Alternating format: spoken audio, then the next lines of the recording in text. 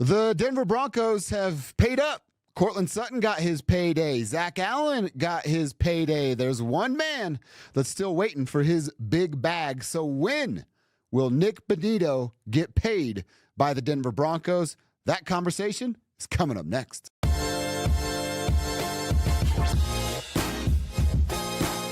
All right, let's talk about it. We know that the Broncos have given out, about $111 million. Do I got to do that when I say that? It's been a couple of weeks now since they've paid Courtland Sutton and Zach Allen, but Courtland got $41 million guaranteed. Zach got a nice guarantee of $69.5 million. So the team took care of two key pieces. When is Nik Bonitto due? So Nik Bonitto, 13.5 sacks a year ago, 2 defensive touchdowns. He was the first person to have double-digit sacks and score twice on the defensive end in the NFL since a guy named J.J. Watt, you might have heard of him, did it back in his day. So what does that mean for Bonitto's payday? Well, we know Greg Penner's not hurting for cash, right? He's fine financially. But when will they pay Nik Bonitto? I have an idea as how I think they should do this, how I would do it if I were Greg Penner. Oh, I'd love to be Greg Penner. I'd have every pair of Jordans. But how I think they should do it. So I want to go over a couple of things that I'll tell you when I would pay Nik Bonitto and what kind of payday we're actually looking at. All right. So originally, I will say this. My first thought was you pay Courtland Sutton and Nik Bonitto, and then you actually wait on Zach Allen. They obviously have not done that. The reason I thought that is because Zach Allen and VJ, they're like this. They're tied together, right? VJ comes over, he goes and gets ZA from Arizona. And then they shine. Zach Allen had 40 quarterback pressures. Only him and Aaron Donald have done that from the interior defensive position ever in the history of football. Pretty good list to be on when it's you and Aaron Donald, who's looked at as the best interior defensive lineman maybe of all time. So Zach Allen put forth the numbers, put in the work, and that's why he got the big payday. But here's why I was worried about the VJ and Zach kind of connection. I don't know what's going to happen with Vance Joseph next year. If the Broncos shine and their defense is a top 3 defense, hell, maybe they're the best in the entire league all year, Vance is gone.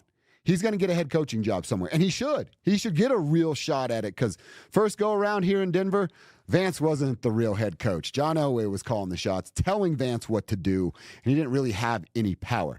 So if that's the case, good luck to you, Vance. Hopefully you have a better opportunity your second go around. But I worried about him leaving and then taking a guy like Zach with him. Now, Greg Penner, George Paton, and of course with the stamp of approval from Sean Payton, they didn't allow that to happen because Zach's locked up now for 4 years, $102 million, as I mentioned, the $69.5 guaranteed. That keeps Zach here for at least 3 seasons with that guaranteed money. If not, just paying out the contract and earning all $102 million.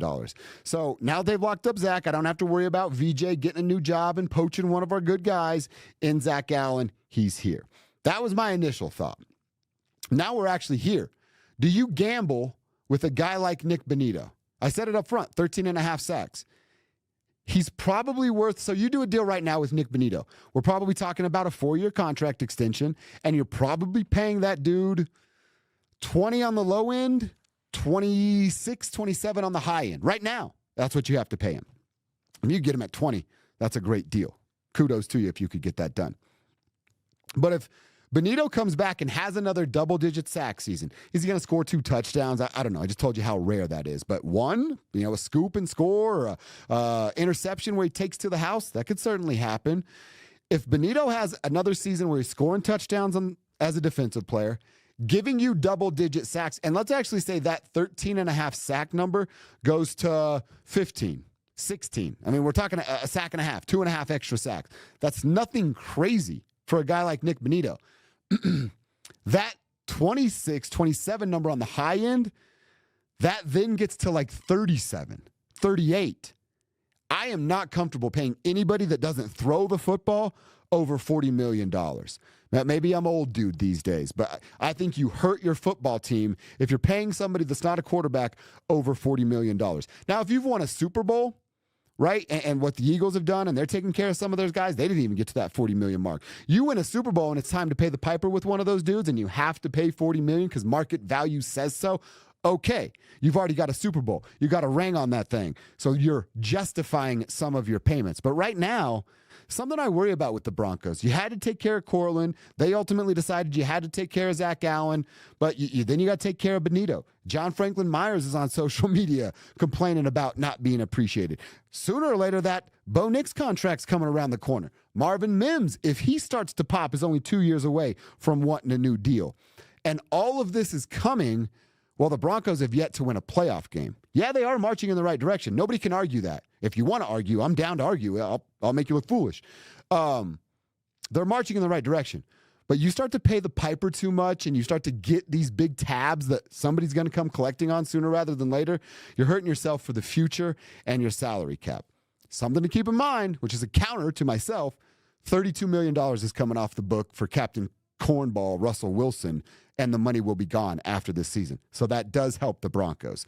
So you gamble. You play the game right now. Here's what I would do with Nik Bonitto. You can either gamble and say, we're not going to pay you right now, and it might cost you $37 million annually at the end of the year. You can try to get him on a team-friendly deal right now. But if you rewind, 3 weeks at this point? Nik Bonitto had a camp here in town with some local athletes. And he was very smart about what he said. He said, I've talked with my agent. I understand the market, and I understand that I have an opportunity where I can go bet on myself. That's exactly where you want to be as a young football player that's about to get, possibly $30+ million a year. So I think Nick is fine playing this game.